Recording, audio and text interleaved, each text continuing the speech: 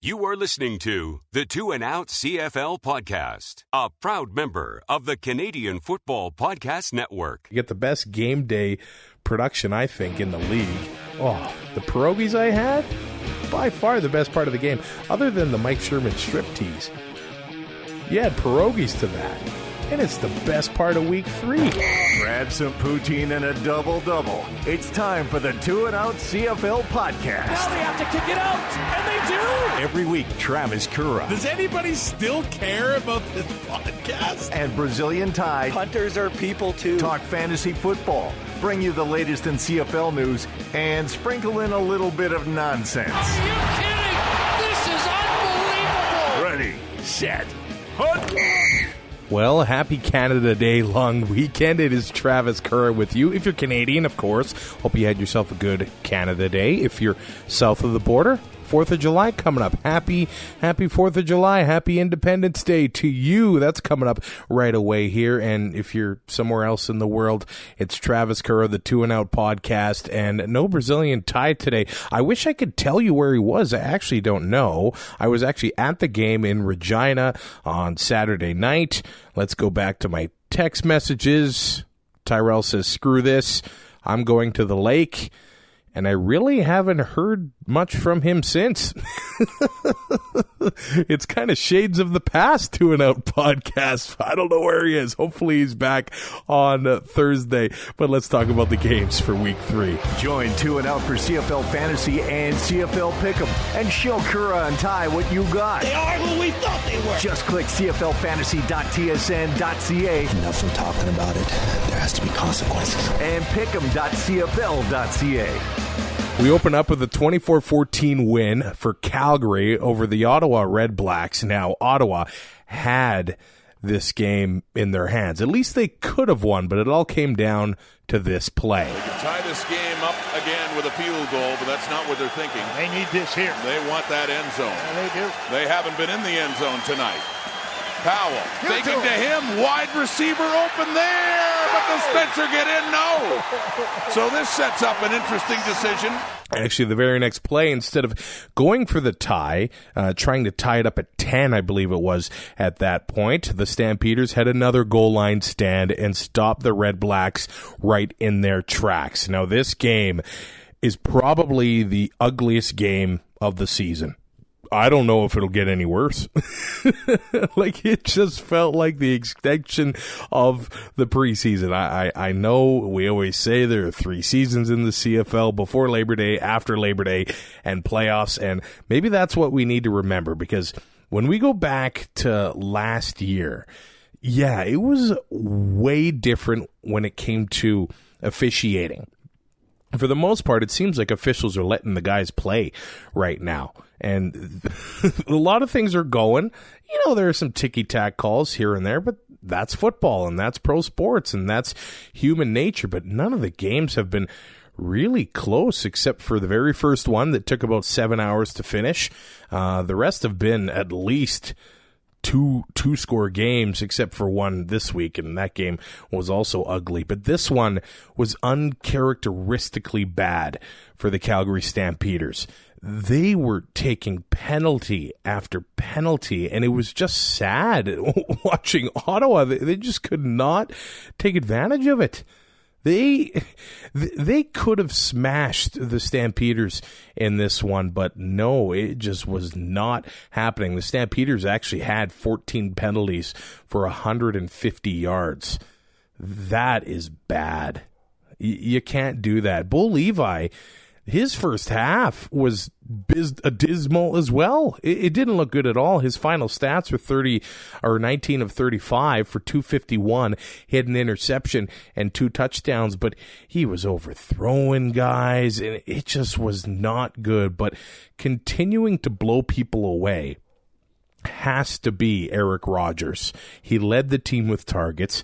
He only came down with 5 of them. He had 57 yards and a touchdown. So that has to be the guy going forward for the Stampeders. And they are continuing to run the ball with Don Jackson as well. He had 15 carries for 84 yards and a touchdown as well. So Don Jackson is just crushing it. Terry Williams getting the returns in a few reps on offense as well. But Eric Rogers, I'll admit, I had my doubts. He had been gone for a few years. He's coming off an injury, and he is just sliding right back into the thick of things with the Stampeders. As for the Red Blacks, Trevor Harris, 13 of 29, 135 yards and an interception. It was rough. They actually ended up putting Dom Davis into the game later on. I guess Harris could have played, and the Red Blacks could have come back, but it wasn't going to happen at that point. And Dom Davis, he threw the ball 7 times, 5 completions for 41 yards and a touchdown. So he did get some things done when he came into the game. And I will have to say, I think I got to eat crow when it comes to William Powell. I wasn't sure he was going to be able to run all over the Stampeders, and he did. 13 carries for 123 yards. He runs violent. He runs vicious. He looked great. He didn't get much stuff done in the air, but man, when they gave him the ball, you had a 9.5 yards per carry average. That is very, very good, especially against this Stampeders team. But they just couldn't execute, and the Stampeders made plays when they had to, and that's what this team is always about.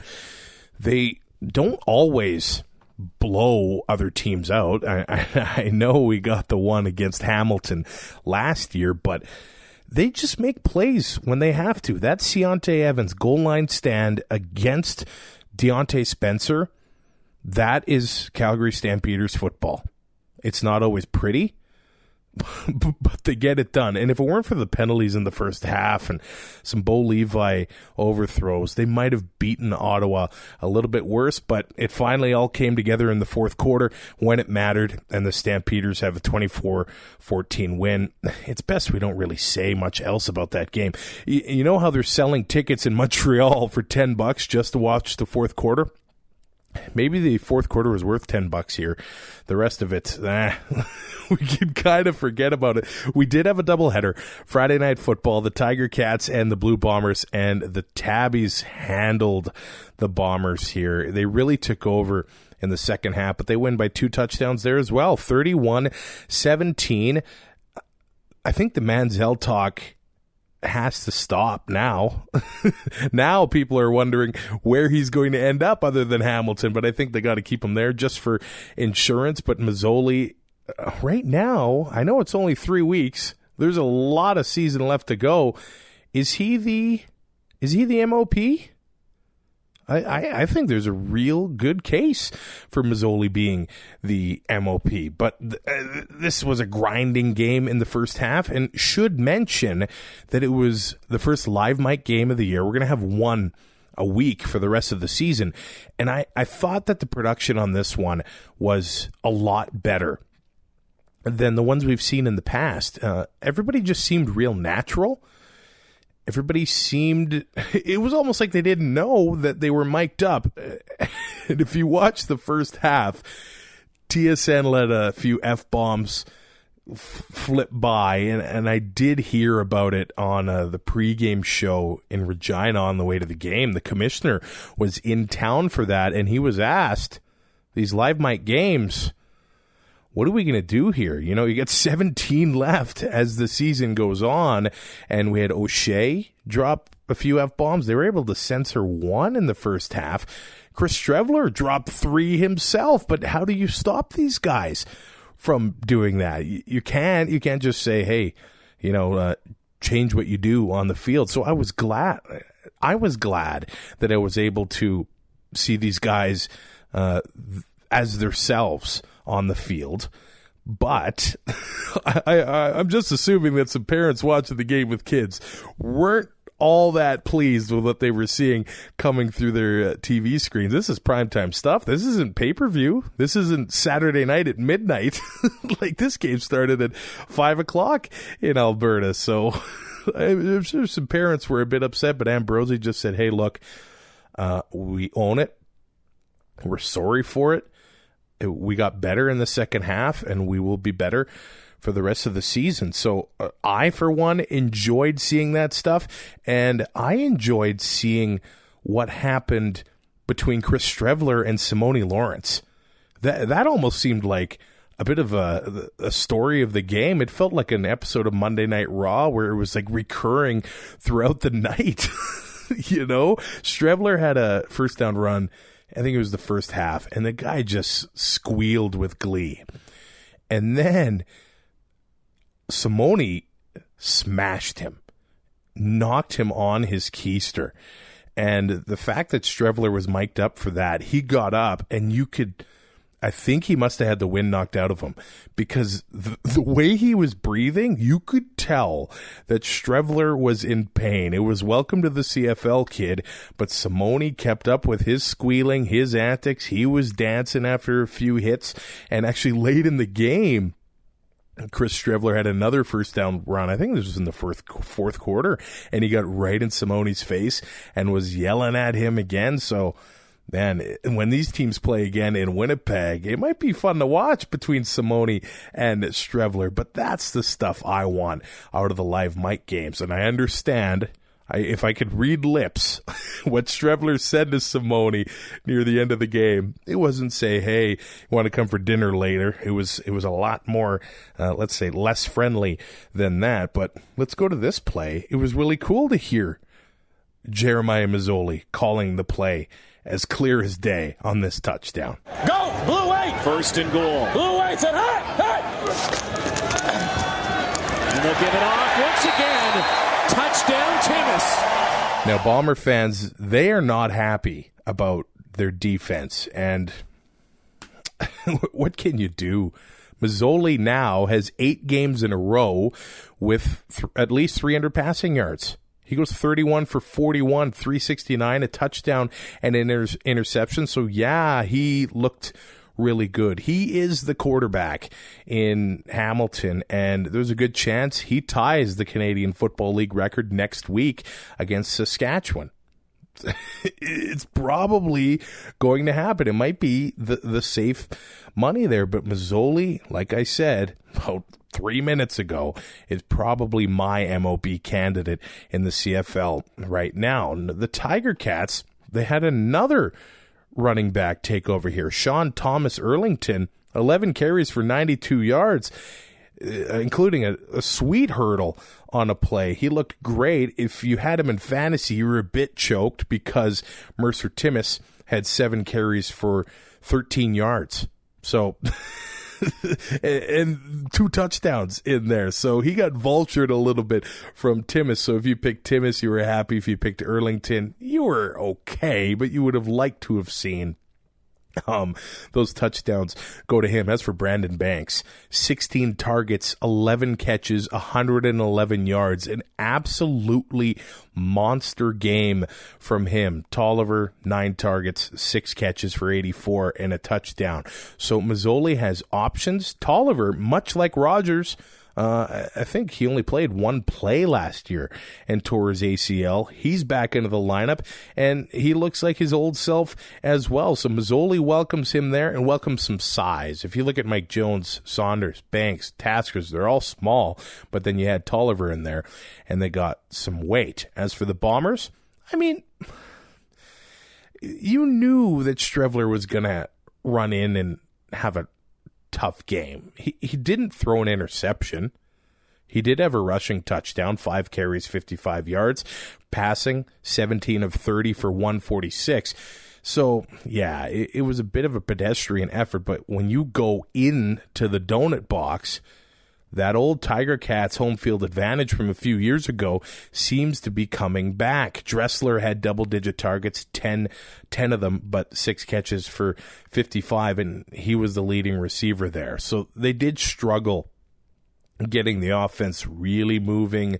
Harris had another 14 carries, 66, and a touchdown. He's got to be off that mark to get 1,000, and it just shows how hard it is. There were 3 guys that we were talking about getting to that 1,000 mark, Harris being one of them, Wilder being one of them. And I know Toronto didn't play this week, but I don't know if he's going to get to that 1,000, but maybe he just might have to and be forced there now since Ricky Ray won't be playing the rest of the season. But Strevler, yeah, he got sacked, tackled for losses.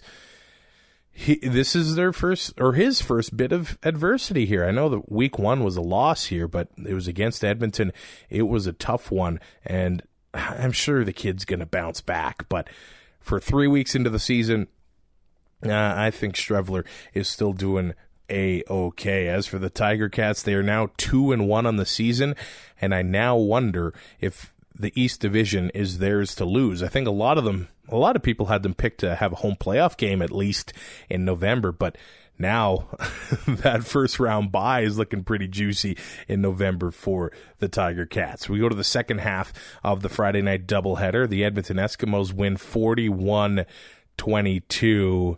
It didn't look like it was going to be that way early on in the game, but Kenny Stafford had a massive one. Here's a touchdown catch from Mike Riley for Stafford. And goal now from the 14. Riley sets up, wide open, touchdown, Kenny Stafford. And the Eskimos have their first lead of the night. It seemed like in the first half, they were throwing to Stafford nonstop. He had 8 targets, 6 catches for 72 yards and a touchdown. But Natea J had a beautiful touchdown catch. Duke Williams, another massive game, 9 targets, 6 catches for 129 yards. If his price doesn't go up on TSN CFL Fantasy, then that game is broken. But the story of the game has to be CJ Gable. The first 2 weeks of the season, they could not get him going at all. But he has 23 carries, 165 yards, and a touchdown. He only had 1 catch for 7 yards. That kind of seemed to be his bread and butter in Hamilton. So I think Edmonton really needs to get him going as far as the receiving game as well. But if you notice, there's been some real good running back performances this week, and Gable being one of them. Even on the other side, Jeremiah Johnson had 11 carries for 64 yards, just under 6 yards per carry, but he did have a touchdown in there as well. It kind of seemed whenever Johnson was given the ball, he made things happen. But BC had to get away from that later on in the game. The way the game started, BC, it was all going their way. And all of a sudden, they had themselves a 14-2 lead. It could have been a lot worse. It should have been a lot worse. And maybe any other team would have taken advantage of it because Mike Riley threw 2 interceptions. He still threw for 326 yards. Yeah, he did have 3 touchdowns. But the interceptions came before that. The turnovers came before that. And when you get behind in that turnover battle, any other stronger team probably would have taken advantage of it, but BC couldn't. They couldn't do it fast enough. They got a 14-2 lead, and then Edmonton turned on the Jets late in the first half, and they never looked back. I think it was 29 unanswered points there. Jonathan Jennings only goes 13 of 24 for 199 and an interception. I think this is his year. It has to be his year.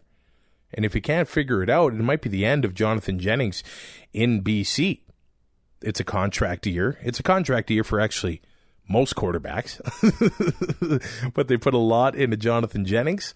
And I know he worked a lot on the mental side of his game in the offseason, but he needs to get it done this season. He's not an Ed Hervey guy. So it's going to be real interesting watching the quarterback carousel at the end of this season. And Jennings is going to be a big one. As for leading receivers in BC, the Eskimos were able to limit them. No touchdown catches. Manny Arsenault had 3 for 65, and Corey Watson had a game, former Eskimo, 3 for 58. But yeah, the real story here is the Eskimos and that offensive line. Travis Bond finally fitting in there. And you'll notice a little bit of a theme this week. Derek Dennis had a great game, I thought, for the Stampeders. Travis Bond for the Eskimos. What do those two guys have in common? Yeah, you know what they have in common. So I was at this Eskimo game, drove to Lloydminster afterwards, got there at 3 a.m., left at 1 p.m., so I could go see the Saskatchewan Roughriders play the Montreal Alouettes. I do have Roughrider season tickets. I sell the games I can't make to because I can't quite, frankly, afford or have the time to do that 8-hour drive all the time. I think I would blow pretty much all of my holiday days and maybe even more to try to make it to those games. The Friday ones are a real killer. And you know what? Maybe I'm the idiot for believing that the Riders should be able to win this game. After last week's performance, to come out and play the way they did against the Alouettes, trailing 13-3 after the first half. I don't know if anybody saw this game coming. But first of all, you have to give props to the Alouettes. The defense, they had a good game. I mean, the offense was able to make the plays that they needed to make to win the game, so obviously they did something right. But the defense had 4 interceptions. I mean, the Rider defense, I'm not going to say they didn't do their job because the Alouettes couldn't even rush for 40 yards. Drew Willie threw for 157 yards and a touchdown. He goes 8 of 15. But Tyrell Sutton had 1.8 yards per carry. 1.8, and he had 11 carries. So don't tell me the defense didn't do their job. Drew Willie, 3 carries for 12 yards. But you know what the big plays were? Chris Williams, 6 targets, 3 catches, 130 yards, and a touchdown. Ernest Jackson, he only had 2 catches for 18 yards. He had a tough drop early in the game. BJ Cunningham, 4 for 70, but the Alouette defense got it done. Enoch Mwamba, what does he have in common with Travis Bond and Derek Dennis? He was all over the field. He did only have 4 tackles, 1 for a loss, but Mwamba was all over the place. He was playing like a man on fire in this game. The entire Alouette defense brought it. Westerman makes so much noise. You can't stop the guy. You can't. But let's go to a big play from Chris Williams right now. So first and long, pressure on, open receiver, inside, Chris Williams, and he is by Deron Carter for an Alouette touchdown. 79 yards. Chris Williams has his first touchdown as an Alouette. Yeah, you'll notice that Deron Carter was on the coverage in that game. And I think not only does the Deron Carter experiment need to end on defense, maybe the Chris Jones experiment needs to end. Man, I am so done with it. I think he's blinded by his arrogance. He's blinded by his loyalty to these coaches that he has. The offensive coordinator that he has, McAdoo, people in Edmonton weren't fans of him when they won the Grey Cup in 2015, especially early on in that season. Saskatchewan fans should not be excited about this guy. But Chris Jones, the arrogance, the roster management, the recruiting, the scouting is absolutely embarrassing. And I get that you make these business decisions. You cut Travis Bond. You cut Enoch Mwamba. You cut Derek Dennis. I know only one of those is Canadian. But now look at your middle linebacking spot, and now look at your Canadian depth. Your most outstanding Canadian gets cut because you don't want to pay him a bonus. That is stupid. Travis Bond is an absolute truck. You give him, 2 days in camp before you cut him? Now look at your right guard spot. The offensive line coach, maybe he's the problem. How does Derek Dennis come in and look like an absolute bum playing left tackle after winning most outstanding offensive lineman in the league? Just looked like a bum last year. Maybe it's because he didn't want to be here. The stories last year, the fights in practice, all of that. It's got to stop. I don't think Brandon Bridge is a starting quarterback in the CFL. I really don't.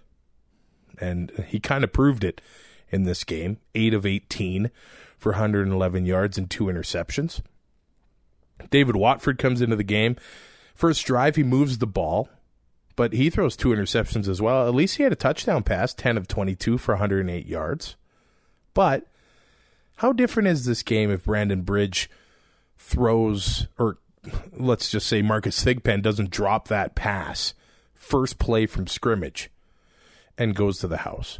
It's probably a completely different game because Brandon Bridge does not look like a guy with confidence right now. Well, quite frankly, neither does Zach Collaros, even though he got his first win in 12 starts a couple weeks ago. But how is Brandon Bridge supposed to build confidence if you just yank him at halftime when you're only down by 10? But the guy that's been on the team for 7 weeks basically performs the exact same way. So yeah, a little bit, I think a lot of it does have to be on Brandon Bridge. This is his 3rd year in the offense, and he's regressed from last year. That's not good. But how's your young quarterback supposed to gain confidence if you're not supporting him with a running game? Marcus Thigpen had 5 carries. Trey Mason had 7. But 2nd and 3, 2nd and 2, you have Jerome Messam standing on the sideline, 250-pound running back, just standing there. That's a $100,000 paperweight. I know he can hold down a lot of papers, and I know he can run people over, but what a waste of a spot. You're going to dress a Jerome Messam and leave him standing there. Anyone can see that. No backups on the offensive line. None of them. And you know what? The line couldn't open up any holes in the running game, but they weren't horrible when it came to pass protection. I think the young quarterbacks are kind of panicking after their first reads and letting it go too early when they really didn't need to. The quarterbacks, I thought, for the most part, actually had time. The run blocks weren't that well, but McAdoo, he will get away from things. The running game is not a pretty thing.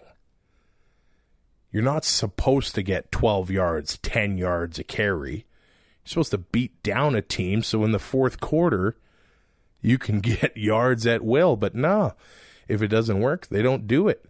The first 2 series, the Riders go 2 and out. No pun intended there, because you just want to go passing plays. And the best offensive weapon, Duron Carter, is on defense. What else does that do for your quarterback's confidence? Whether it's Bridge, whether it's Watford, whoever it is. You finally put him in on the last series of the game. Too little, too late. I think the best play of the game is you trying to lateral it all the way down the field. Why didn't you try in the first 4 quarters? And this whole Duron Carter thing. I don't know how you feel about this, but quite often he gets called the best athlete in the Canadian Football League. Why? Maybe he's the best playmaker. Yeah, I can remember a missed kick or a missed field goal return against Edmonton, the pick sixes, the catches with one hand. Yeah, great athletic ability. But how many other receivers can go play cornerback and get burned 6 times a game and take stupid penalties? I think a lot of receivers in the CFL could do that. Chris Williams was running one route all game long. Just one. It was a go route. He would run straight down the field and right by Duron Carter all game long. If this was a better team, they would have smashed the Riders by 8 touchdowns. Chris Williams had 300 receiving yards. That's not exaggerating. Jeff Matthews comes in. He goes 8 of 12 for 98 yards. That's Jeff Matthews, signed with the team, last week? The unanimous worst team in the CFL. And he comes in and the Riders can't take advantage. He signs last week. But Brandon Bridge has been there for 3 years and does what he did. And what he did last week against Ottawa. It is not good what is happening in Saskatchewan. Right from the punter, Josh Bartel. Yeah, he can get it high. Whoop-de-doo. That's it. You can't kick it far. Boris Beatty was launching kicks all game long. Bartel, 10 punts, 41-yard average. That's ugly. The net average was 30 yards. Ooh, not pretty at all. Naaman Roosevelt did his job, I guess. 6 catches, 13 yards, and a touchdown. But the roster management has been embarrassing. The assistant coaches are horrible. The Canadian depth is an absolute joke. So when does Chris Jones get on the hot seat in Regina? We're 1-2. I understand that the Riders were 1-2 last year as well. The schedule now is Hamilton comes to town, and then they have a bye, and then they go to Hamilton. Well, they're not going to win in Hamilton. Even coming off the bye, they are not going to win in Hamilton. So they need to win this game against Hamilton on Thursday, because after that it's Calgary, Edmonton, Calgary, BC, Winnipeg, Winnipeg. Yikes. So I sent out a tweet. Riders fans, what does their record need to be before Chris Jones is on the hot seat? It is year 3 of the rebuild after all. Adam says 1-4. If we lose both versus the Ticats, heads will roll. Chris says there's no point in making a change mid-season. Play the season out as it is. Jones is probably as peeved as we all are. Ridiculous. I get that. Jones can't be happy with what happens. And Rick says, I am so tired of the revolving door at Riders head coach. I want to believe in Chris Jones, but this is redonkulous. De'Veron Carter, the best receiver. They need an offensive line. They need a quarterback. Where's the scouting? That is the issue. And I know Barron wanted to hear a Brazilian tie rant, but he kind of ghosted me, so you're not going to get a Brazilian tie rant. You're going to have to put up with mine. And I guess some people still staying calm. It's still so early. They started 1-2 last year, too. Jones is unconventional, but somehow he'll figure this out. They don't need to start over again. That would be detrimental at this point. Stay the course and stay calm.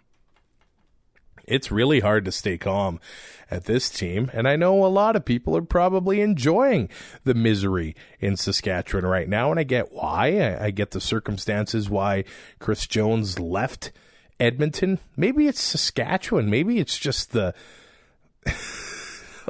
There's not a winning tradition there. There really isn't. And you know what? Fans in general, they didn't know what they had with Darian Durant. I know 2014, 2015, all that crap happens. I know. So the injuries derailed the end of his time in Saskatchewan. But that might be the best era of Rider football. No, it is. It is the best era of Rider football since Ronnie and George in the 60s and 70s. That's 40 years, man. 40 years. You got this shiny new stadium and you lay an egg against the worst team in the league like that. You get the best game day production, I think, in the league. Oh, the pierogies I had? By far the best part of the game, other than the Mike Sherman striptease. You had pierogies to that, and it's the best part of week 3. But the speakers, the view, the fans, it's such a great game day experience in Regina. But the team does not match. That team does not deserve to play there. They should be back at the old stadium, the way that they've been playing. maybe half the team. Can the defense play on the other side of the ball? Then at least we'd have Duron Carter on offense. Yeah. At least it's a short week in Saskatchewan. Then Thursday, they are home against the Hamilton Tiger Cats. And if they lose that one, there's a bye week right after that. And there's going to be 2 weeks of misery in Regina before the next game. When they go to Hamilton, they go to the donut box, and they try to make things happen. Should I say something positive about the Riders? Well, I kind of did. I said the offensive line wasn't that embarrassing. Brett Lothar, hey, well done. That kid's looking great when it comes to field goals. And Christian Jones, the effort on returns, there's a positive there. But did the sun rise this morning or yesterday morning after that game in Saskatchewan? Actually, it did. Because I actually got back to Lloydminster at 5 a.m. Maybe I'm the idiot for driving that far for that team. Could strap the shoulder pads on me. I could do something. I could fall forward for a few yards. But if they don't commit to the run, how is this offensive line going to get better? You don't help them. You don't help your young quarterbacks. The defensive backfield, you just laugh at it now. But much like Montreal, there's too much talent in Regina to go 1-17, and there's too much talent in Montreal to go 1-17 as well. Hey, Duron Carter actually made a nice little catch on Ernest Jackson. I was saying earlier, why do we call him the best athlete in the league? Yeah, I'll call him the best playmaker. But, I mean, guys like, let's just say Deontay Spencer hit almost 500 yards in a game last year. Chris Rainey in BC, I would say those guys are better athletes. Duron, hey, maybe he's the best playmaker in the league. But as an athlete, hey, I'm a couch potato. I get it. But sometimes the things that he does, looks like he shouldn't be able to do it. It looks like it's the special teams and the other side, the other players making mistakes, letting him succeed there. But, hey, like I said earlier, I'm sure other receivers could go on the other side of the ball and let Chris Williams run by you all game long. It was a rough one. I don't know how to end on a positive note here because my CFL fantasy was an absolute joke. I had Marcus Thigpen. My week looks a lot different. So does Brandon Bridges, if he catches that 80-yard pass or whatever to start the game. Shaq Johnson, I took him as a $2,500 player. He had a big play dropped early in the game as well. But I'm pretty sure the sun will shine again sometime soon this week. We'll be back on Thursday morning. I hope Brazilian Ty is here as well. I hope you had a good Canada Day, and I hope you have a good 4th of July if you're celebrating that as well. Give us a rating. Give us a subscription on iTunes, Spotify, Google Play, TuneIn. We're all over the place. I'll be a happier guy when Thursday rolls around. Thanks for listening. Find more great shows like this at CF Pod Network on Twitter.